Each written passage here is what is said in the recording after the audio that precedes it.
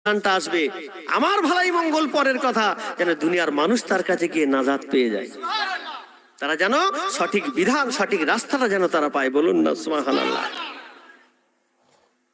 যখন দুজন দুজনকে বুঝতে পেরেছে, পর্দা সরিয়ে ভিতরে গিয়ে দুজনে যখন কথা বলছে, ইমাম সাহেবের মাথা আর ঠিক নেই। ঠিক থাকবে? একটা ভাই ভিনদেশি মানুষ আমার মায়ের সাথে কথা বলবে, এটা কি ধরনের কাজ? ইমাম সাহেব তো একবারে কনফিউশনে পড়ে গেছে। আশ্চর্য ব্যাপার।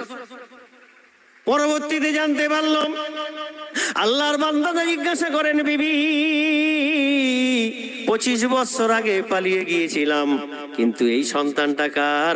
বিবি সাহেবা বলছে, স্বামী আমার বাসর রাতে আপনার সঙ্গে মিলন হওয়ার পর আল্লাহ তাআলা ওই রাতে আমার হেমের মধ্যে এই পুত্র সন্তান দান করেছিলেন।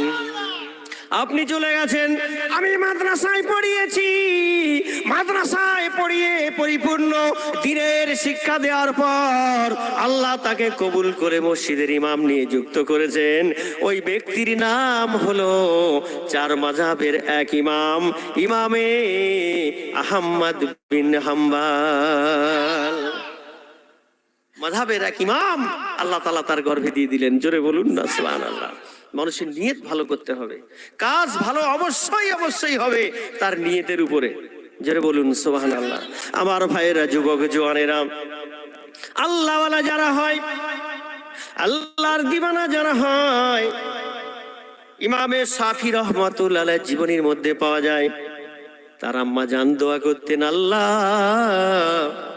আমার গর্ভে এমন একটা সন্তান দিও আল্লাহ, ওই সন্তানের দ্বারাই যেন লক্ষ লক্ষ মানুষ তারা আল্লাহর সঠিক রাস্তা পেয়ে যায়।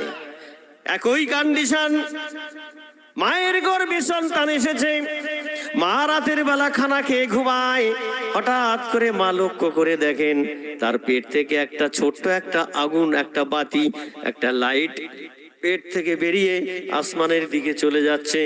যেতে যেতে যেতে যেতে আসমানের লাগোয়া যখন হয়ে গেল, একটা ছোট্ট একটা লাইট থেকে সারা আসমানটা যেন আলো হয়ে গেল।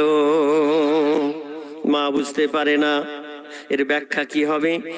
সকালবেলা উঠে মসজিদে হেরেম শরীফের মসজিদের ইমামদের কাছে গিয়ে খাদেমকে ডেকে বলছে, বাবা এক মহিলা এরকমের একটা খ্বাব, একটা স্বপ্ন তিনি দেখেছেন, এর ব্যাখ্যাটা কি হবে একটু জানিয়ে দিতে বলুন।